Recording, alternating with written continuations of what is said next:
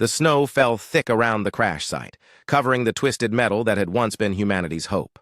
Dr. Sarah Chen pulled her coat tighter and stared at the massive alien ship buried deep in the Canadian mountains. 3 years had passed since the world ended, and she still remembered every detail of that terrible day. The aliens called themselves the Hegemony, 7 different species working together, all of them far more advanced than humans. When their ships appeared in Earth's sky, world leaders tried to talk. They offered trade agreements, cultural exchange, even friendship. The aliens listened for exactly 12 minutes before delivering their ultimatum: submit or die. Humanity chose to fight. Every nation on Earth united for the first time in history. They launched everything they had: nuclear missiles, plasma weapons, railguns, and experimental energy beams. The combined military might of Earth struck the alien fleet with enough force to destroy continents. It lasted 47 minutes. The alien ships barely noticed. Their shields absorbed the attacks like raindrops. Their weapons carved through Earth's finest battleships like paper. The space battle became a massacre, then a rout, then silence. Within hours, alien soldiers walked through the streets of every major city. They didn't destroy everything. That would be wasteful. Instead, they simply took control. Governments fell. Armies surrendered. The aliens established orbital stations and began extracting Earth's resources with cold efficiency. Humans became workers in their own world. The aliens treated them like useful animals, fed, housed, and put to work, but never considered equals. Most people accepted their new reality. What choice did they have? But some refused to give up. Sarah Chen had been a professor at MIT before. The invasion. She specialized in theoretical physics and quantum mechanics. When the aliens took over, they killed most scientists and engineers. They didn't want humans developing new weapons. Sarah escaped only because she was visiting her sister in rural Montana when the purges began. Now she led a small group of survivors hidden in the wilderness. They called themselves the Resistance, though it was mostly just wishful thinking. What could a few dozen humans do against an entire alien empire? The answer came from an unexpected source. During the initial battle, one alien destroyer had been damaged by a nuclear missile from an American aircraft carrier. The ship's reactor exploded, and the crew evacuated before it crashed into the Rocky Mountains. The aliens wrote it off as worthless scrap and left it there.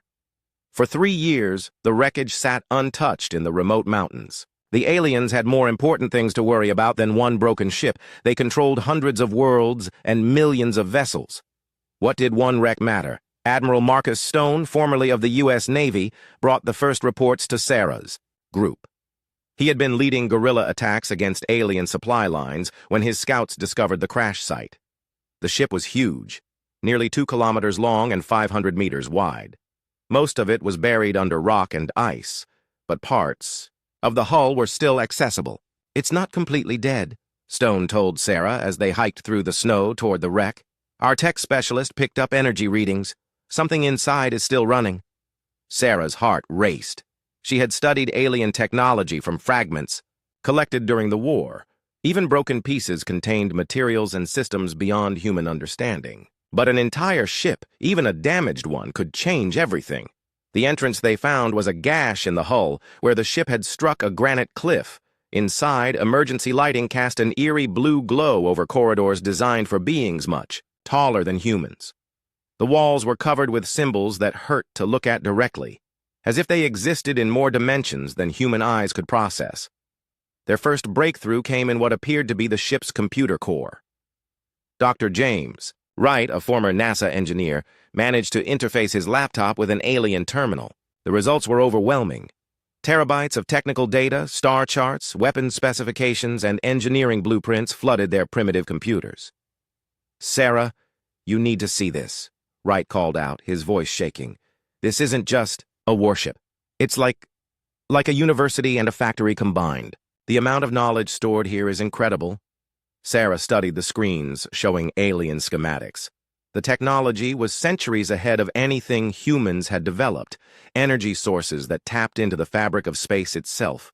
Materials held together by controlled quantum fields.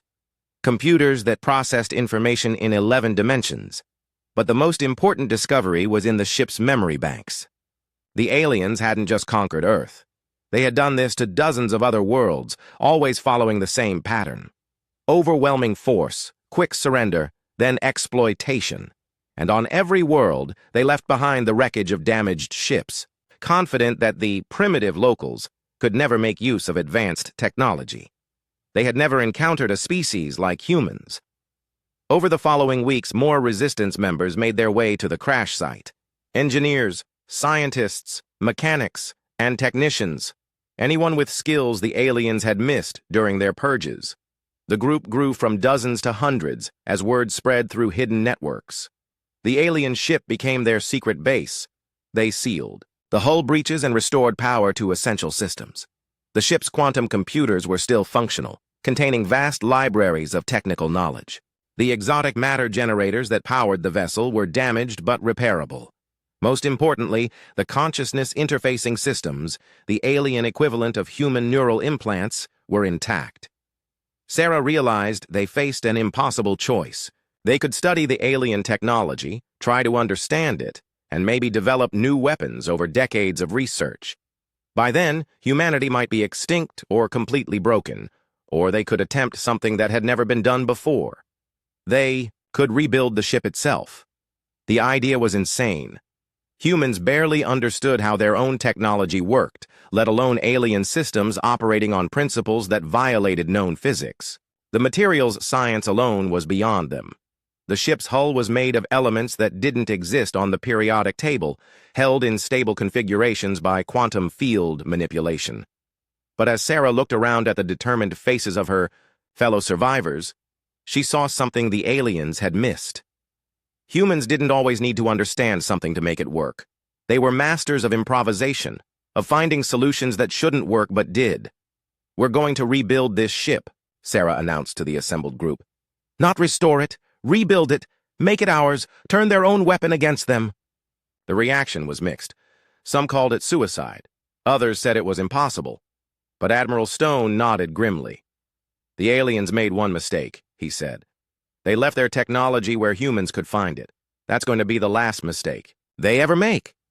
Dr. Wright began organizing teams to study different ship systems. The propulsion engineers focused on the exotic matter drives. The weapons specialists examined the particle beam arrays. The computer teams tried to decode the alien programming languages. Progress was slow and dangerous. Alien safety systems didn't account for human physiology. Several volunteers were killed by energy discharges or toxic atmospheres. Others suffered neural damage from trying to interface with alien computers. But gradually, impossibly, they began to understand. The aliens built everything to exact specifications. Their technology was precise, elegant, and completely inflexible. When something broke, it had to be replaced with identical components manufactured to perfect tolerances. Humans worked differently. They improvised. They adapted. They made do with whatever materials they had available. Where alien engineering demanded perfection, human engineering embraced creative solutions. As winter turned to spring, the ship slowly came alive. Human-built interfaces connected to alien systems. Terrestrial materials reinforced exotic components. The boundary between human and alien technology blurred until something entirely new emerged. The aliens had left behind a broken warship. Humanity was forging it into something far more dangerous, a weapon powered by the one thing the hegemony had never learned to fear: human ingenuity. 2 years had passed since the Resistance found the alien wreck. What started as a desperate salvage operation had grown into humanity's most ambitious project. Deep beneath the Canadian Rockies, hundreds of people worked in shifts around the clock, turning the broken alien destroyer into something the galaxy had never seen. Dr. Sarah Chen walked through the ship's corridors, noting the changes. Where alien technology had failed, human solutions filled the gaps. Earth-made cables ran alongside quantum conduits. Steel reinforcement braces supported exotic matter frameworks.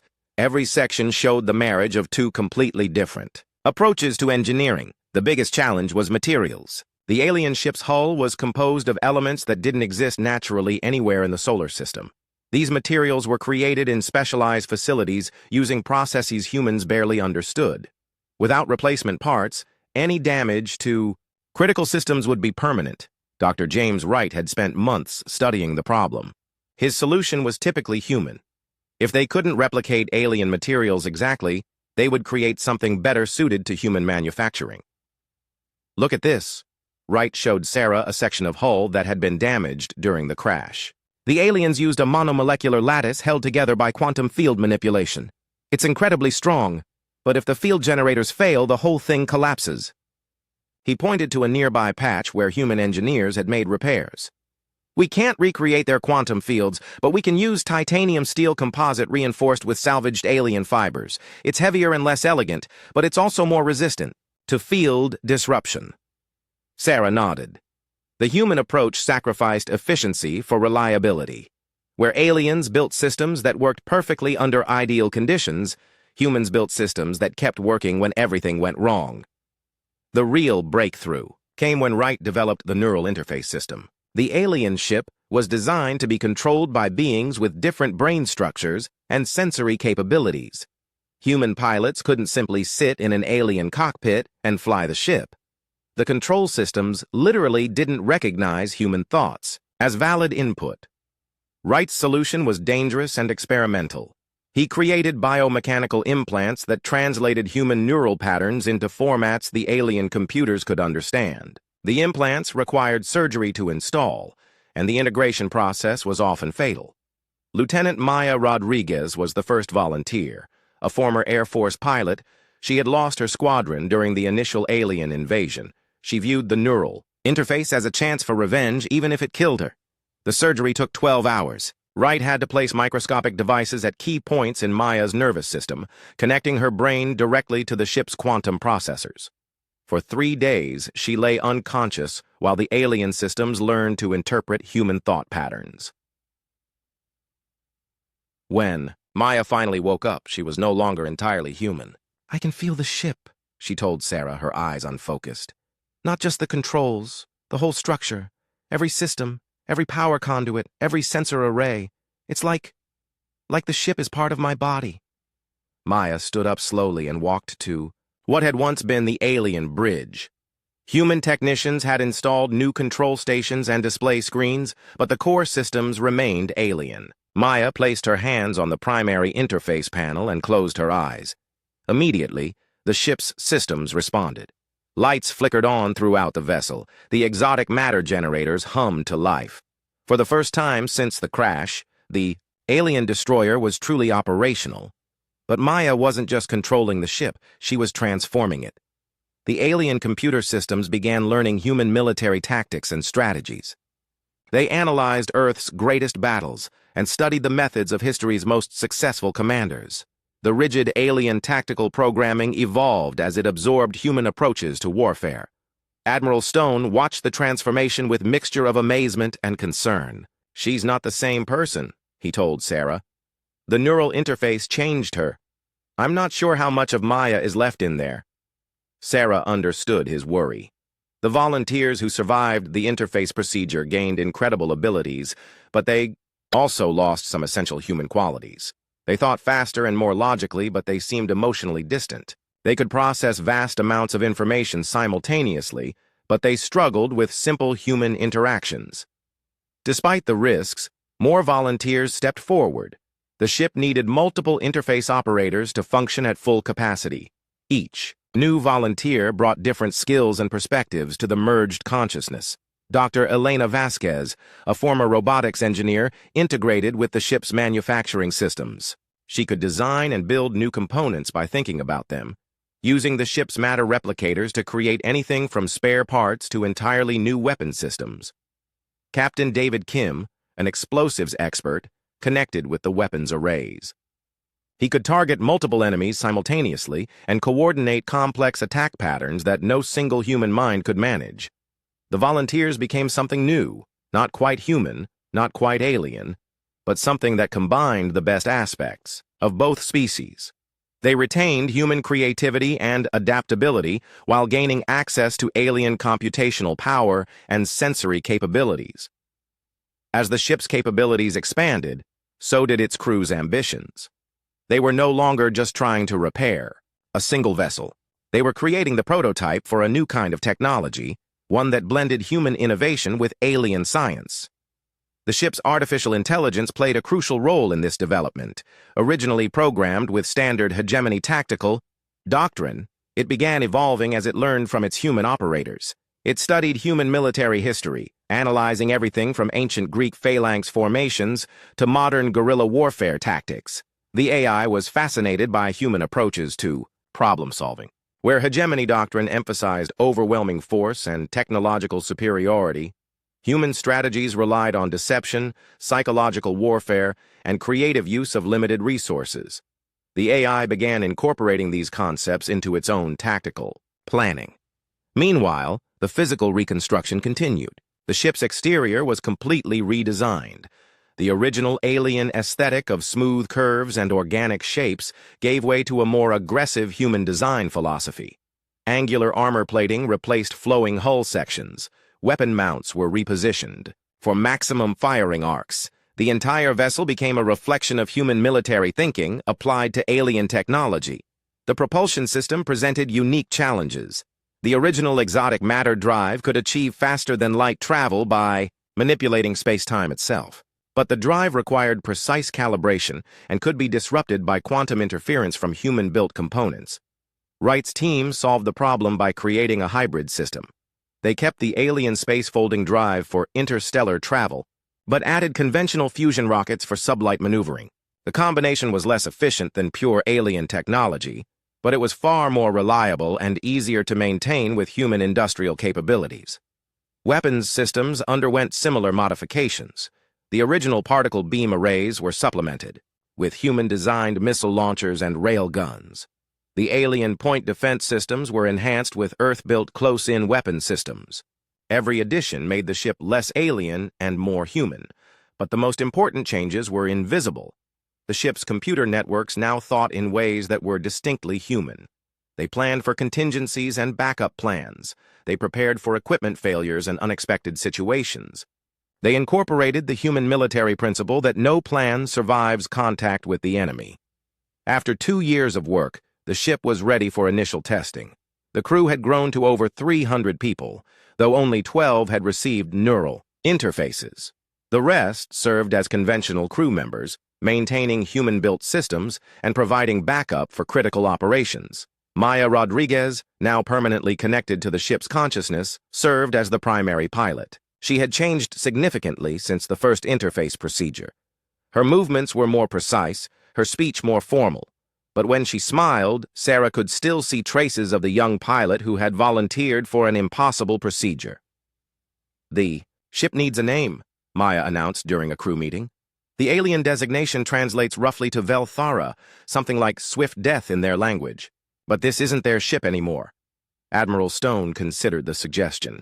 The vessel had been reborn through human effort and sacrifice. It deserved a human name. "Retribution," he said finally. "We're going to make them pay for what they did to Earth. This ship will be our revenge." The name stuck. The alien destroyer Velthara was dead. In its place stood something new.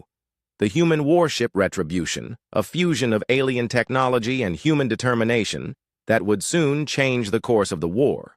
But first, they had to test their creation. And that meant taking humanity's ultimate weapon into battle against the species that had created it. The Retribution slipped through the darkness of the Pacific Ocean like a mechanical whale. 3 kilometers beneath the surface, hidden from alien sensors, humanity's secret weapon underwent its first real test flight. The ship's hybrid systems hummed with power as Lieutenant Maya Rodriguez guided it through the deepest ocean trenches. Maya was no longer the same person who had volunteered for the neural interface 2 years ago. The boundary between her consciousness and the ship's artificial intelligence had blurred until she wasn't sure where she ended and the retribution began. When the ship's sensors detected a thermal vent, she felt the heat on her skin. When the engines fired, she felt the thrust in her bones. "All systems operating within acceptable parameters," she reported to the bridge crew, though the words felt strange. She could have communicated the same information through the ship's computer network instantly. Speaking aloud was a concession to the crew members who hadn't received neural interfaces.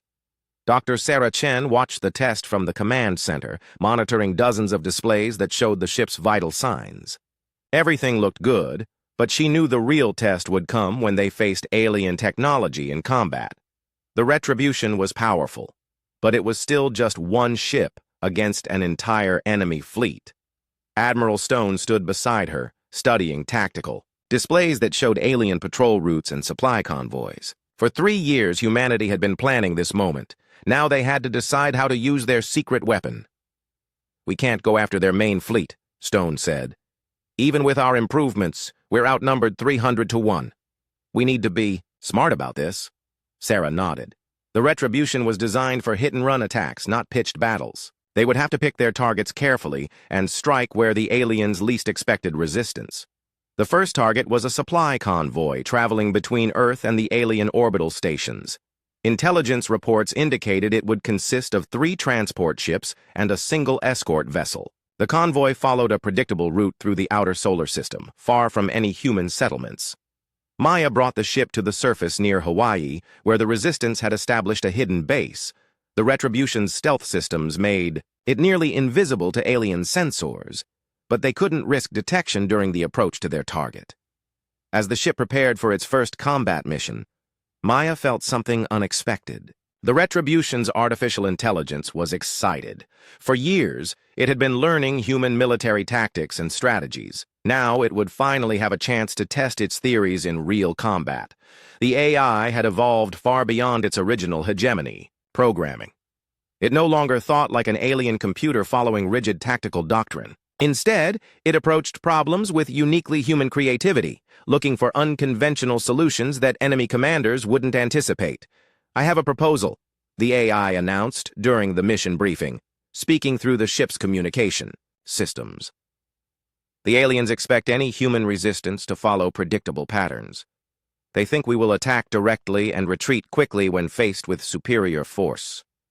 Admiral Stone raised an eyebrow. The AI rarely spoke directly to the crew, preferring to communicate through Maya or the other interface operators. "What do you suggest?" "We let them capture us." The bridge fell silent. Dr. Wright was the first to speak. "That sounds like suicide."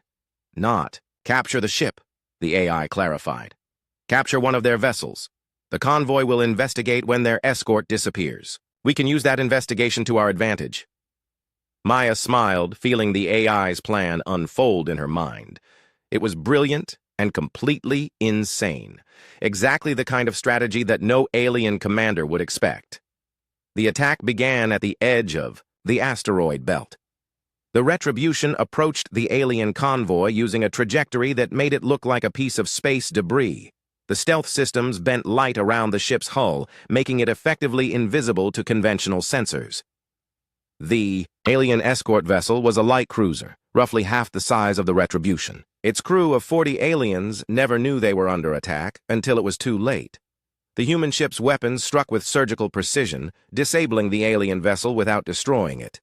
Maya felt the Retribution's boarding systems engage.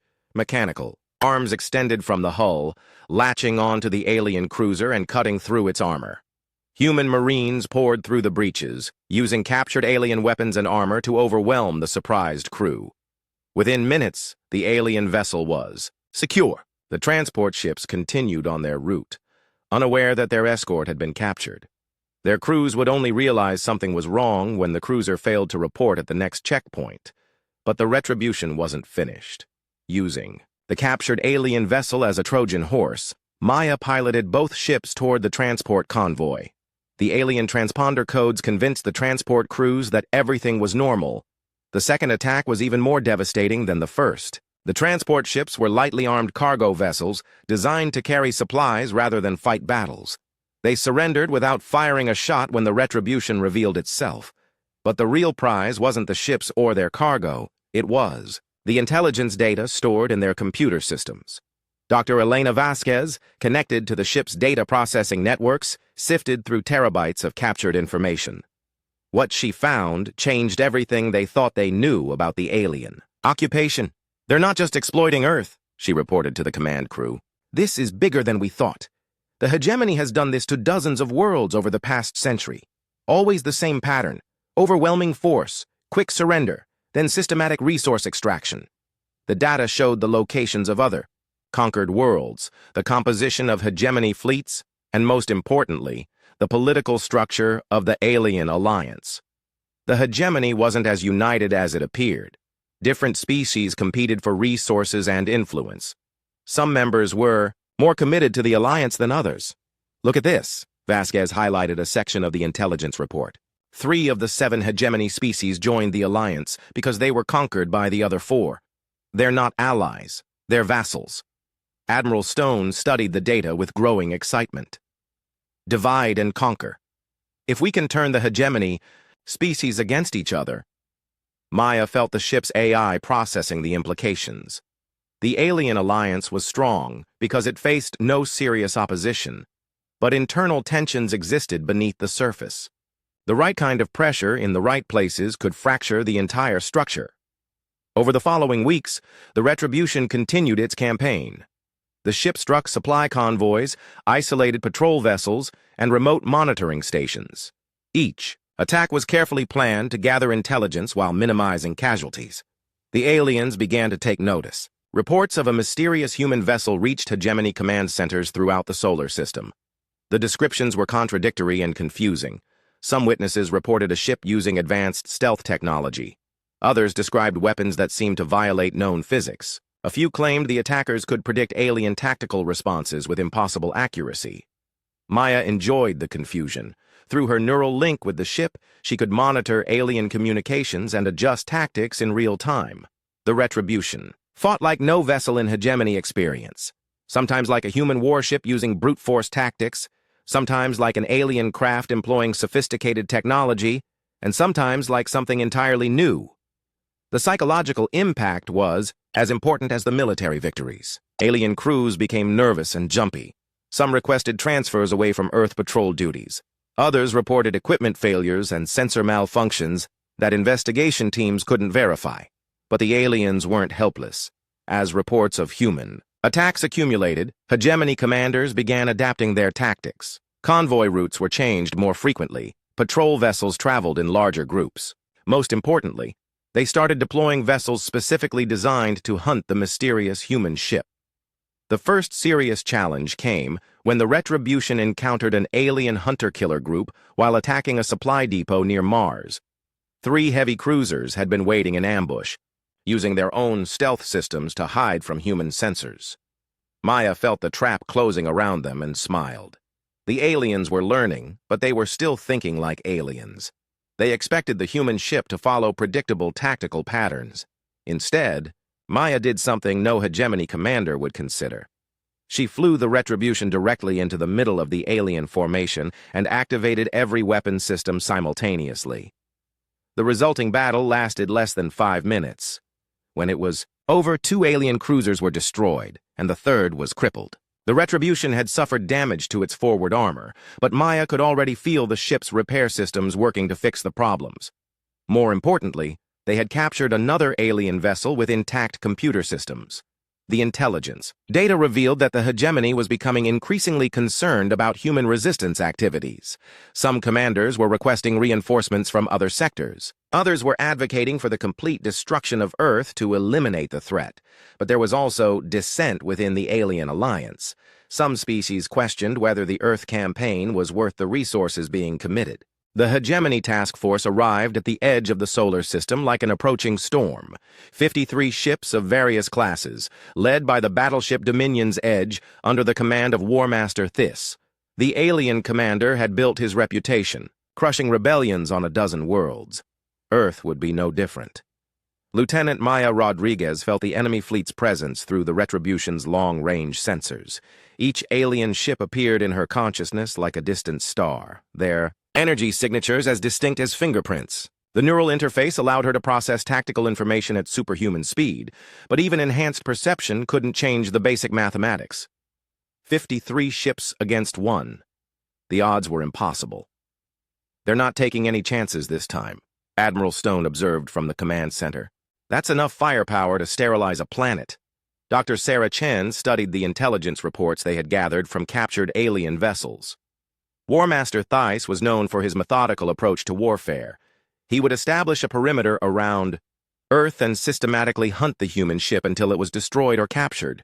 There would be no escape. But Maya wasn't planning to escape. Through her connection with the Retribution's artificial intelligence, she could feel a new strategy taking shape. The AI had been studying human military history for years, analyzing the tactics of history's greatest commanders. Now it was ready to apply those lessons against impossible odds. "We're not going to fight them," Maya announced. "We're going to teach them to fear us." The campaign began with psychological warfare. The Retribution struck at the edge of the alien formation, appearing just long enough to destroy a patrol ship before vanishing into the darkness of space. The attack lasted less than 30 seconds, but it sent a clear message to the enemy fleet. Nowhere was safe. Over the following days, the pattern repeated. The human ship would appear without warning, strike with devastating precision, and disappear before enemy reinforcements could respond. Sometimes it targeted isolated vessels. Sometimes it attacked supply lines. Once, it even penetrated the fleet's defensive perimeter to destroy a communications relay inside the formation itself.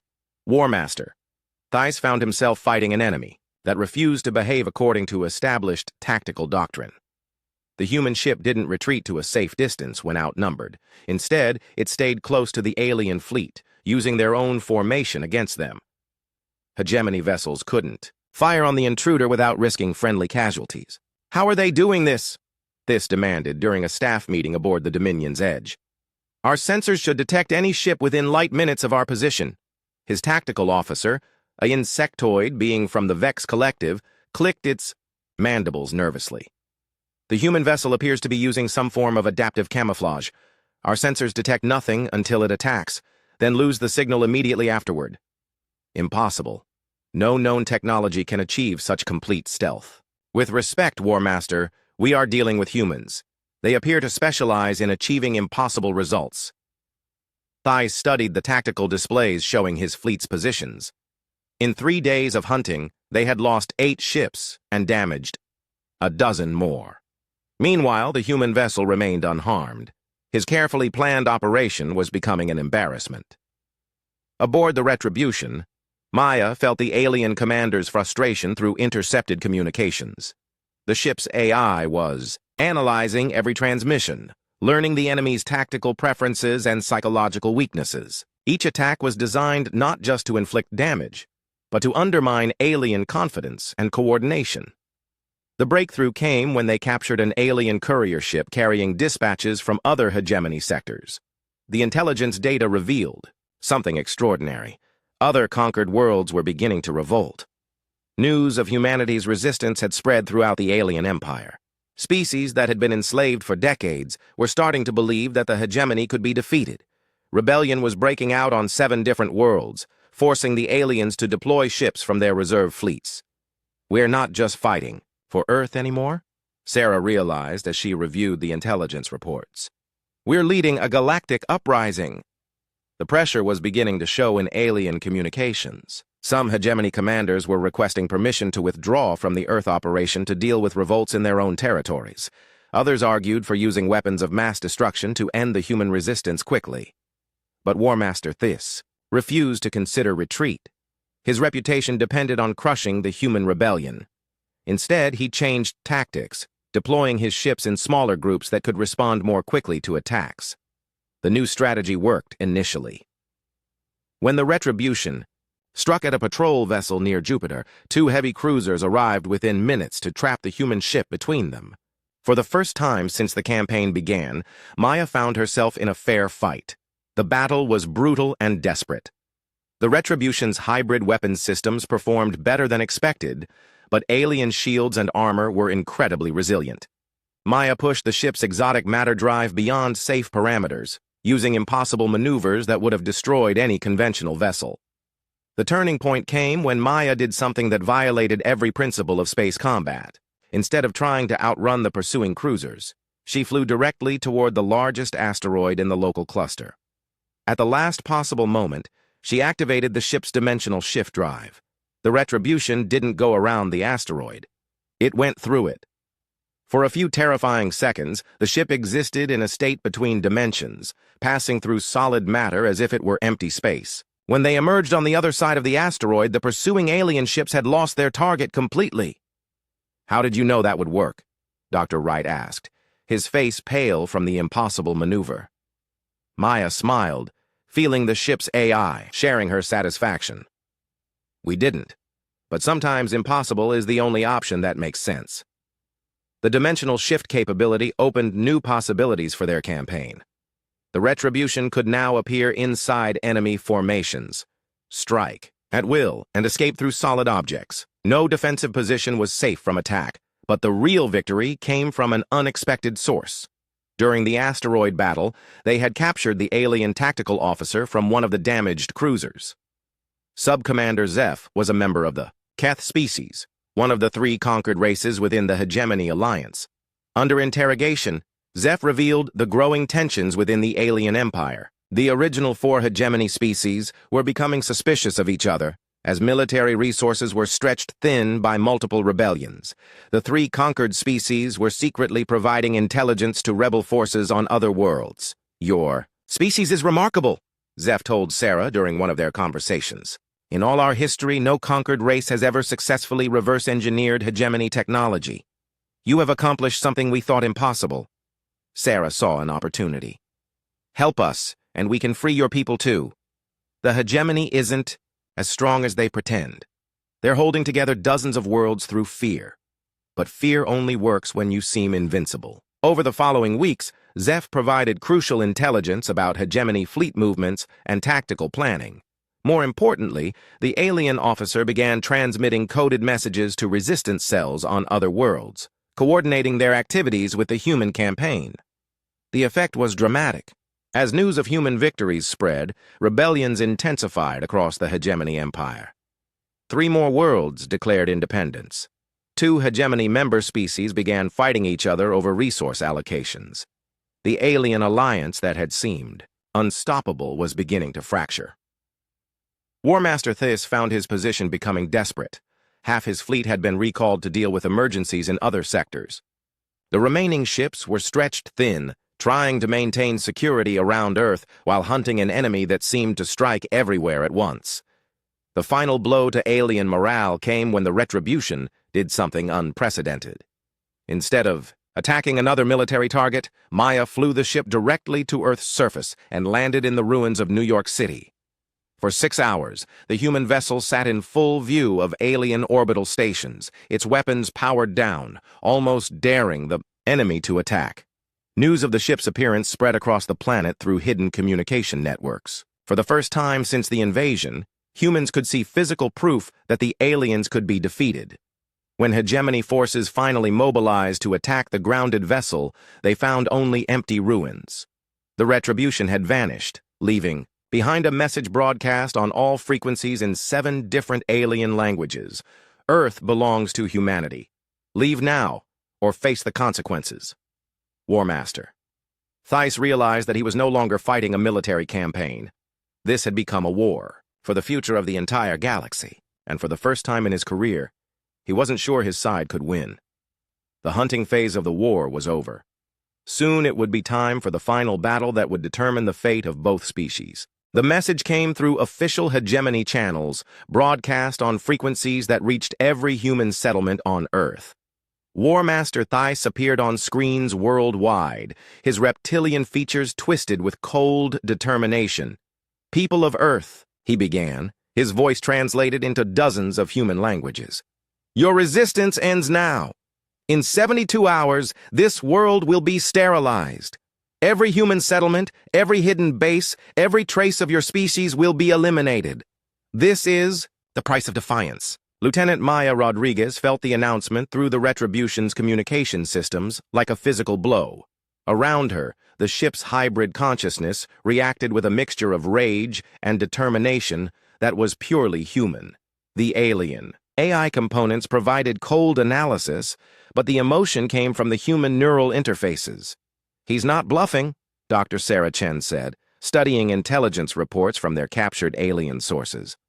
"Long-range sensors are detecting massive energy buildups in the hegemony fleet. They're preparing to deploy planet-killer weapons." Admiral Stone stood at the tactical display, watching red icons representing over 300 alien ships take positions around Earth. Reinforcements had arrived from across the galaxy, the largest hegemony fleet ever assembled. They had come to make an example of humanity that would discourage rebellion on other worlds.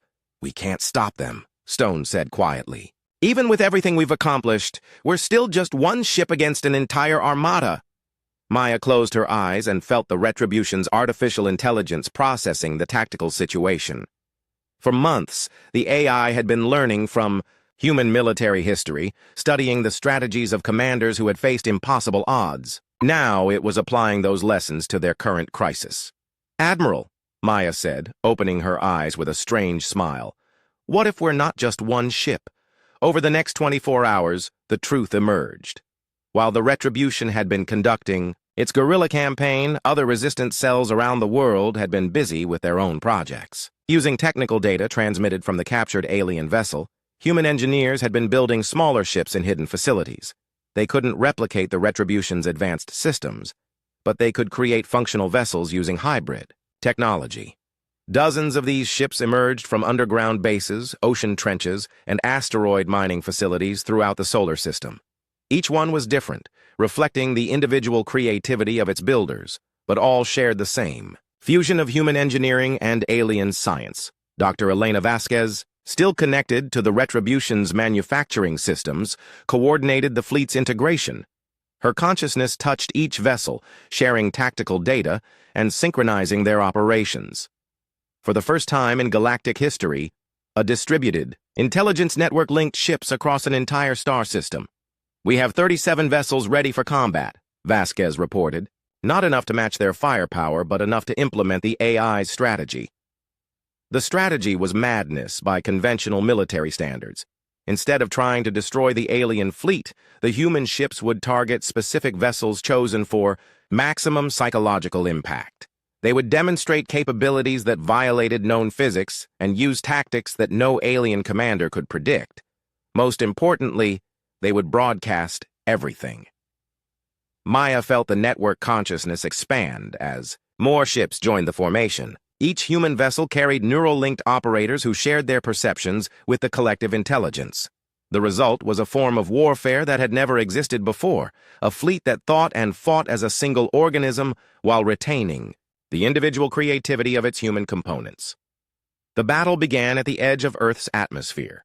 The Retribution led the attack, materializing without warning in the center of the alien formation. But instead of firing weapons, Maya activated every communication system on the ship. "Attention Hegemony Fleet," she broadcast on all frequencies. "This is Lieutenant Maya Rodriguez of the Earth Defense Force. You have 60 seconds to withdraw from this system or face the consequences." War Master Thys responded immediately from his flagship. "Impossible. Our sensors show only one vessel. Surrender now and your death will be quick." "Your sensors are limited," Maya replied. "You see only what we allow you to see." At that moment, 36 more human ships decloaked throughout the alien formation. They had been there all along, hidden by stealth systems that combined alien technology with human innovation. The effect on alien morale was devastating. But the real shock came when the human fleet began moving in perfect coordination. Each ship knew exactly where the others were and what they were doing. They flowed through the alien formation like a school of fish, impossible to target effectively because they moved as a single entity. The aliens opened fire, but their weapons struck empty space. The human ships seemed to know where each shot would go before it was fired. They danced between energy beams and missile barrages with inhuman precision.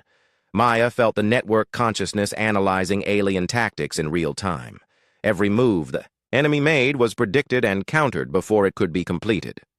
The collective intelligence of 37 human minds, linked through alien quantum processors, created a tactical awareness beyond anything either species had achieved alone.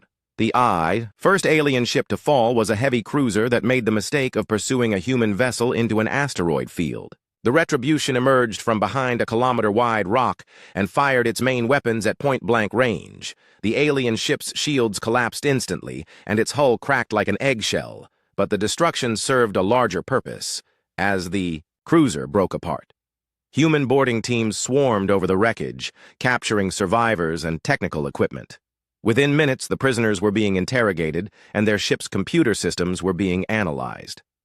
The intelligence data revealed the location of the fleet's command ship and the activation codes for the planet-killer weapons. More importantly, It showed growing panic among alien commanders as they tried to understand how humans had developed such advanced capabilities. War Master Theiss found himself fighting an enemy that seemed to predict his every move. When he deployed ships to protect his flanks, human vessels were already waiting there. When he tried to concentrate his firepower, the targets vanished before his weapons could lock on. "How are they doing this?" he demanded of his tactical staff. "No intelligence network can process information this quickly." His science officer, a being from the Crystalline Gel Collective, provided the answer that chilled him to his core. "They are not using an intelligence network, War Master. They have created a collective consciousness. The human ships think as one mind." The revelation changed everything. The hegemony had always maintained control through superior technology and overwhelming force. But humans had created something entirely new, a form of warfare that transcended individual limitations. As the battle continued, more alien ships fell to human attacks. But the victories came at a cost. 3 human vessels were destroyed. Their crews dying as heroes who had chosen to ram alien capital ships rather than retreat. Each loss was felt by the entire network, but it only strengthened their resolve. The turning point came when Sub-Commander Zeph, the captured alien officer who had been working with the Resistance, transmitted a message to his own people throughout the hegemony fleet. Speaking in the language of the Keth species, he revealed the truth about their situation. "Brothers and sisters," Zeph broadcast, "we are not fighting for the hegemony. We are fighting to keep ourselves enslaved. These humans offer us something our masters never have, the chance to be free." The effect was immediate. Keth crew members on a dozen alien ships began sabotaging their own vessels. Other conquered species followed their example. Within minutes, the hegemony fleet was fighting a battle on 2 fronts, against the human ships outside and against rebellion within their own ranks. War Master Theiss watched his fleet dissolve into chaos. Ships were defecting or destroying themselves rather than continue fighting. His carefully planned operation had become a nightmare of betrayal and confusion. In desperation, he activated the planet killer weapons manually, overriding safety protocols that required approval from multiple commanders. If he couldn't defeat the humans in battle, he would simply erase them from existence. But Maya was ready for this move. The network consciousness had been monitoring alien communications and had prepared for exactly this scenario. As the planet killer, weapons charged their devastating energy reserves. Human ships moved to intercept. The Retribution led the final assault, flying directly toward the flagship's main weapon. Maya pushed the ship's exotic matter drive beyond all safety limits, approaching speeds that warped space-time itself. At the last possible moment, she activated the dimensional shift system. The ship didn't just dodge the planet-killer beam, it redirected it back toward the alien fleet. The weapon designed to destroy Earth instead carved through a dozen hegemony vessels, including War Master Theiss's own flagship.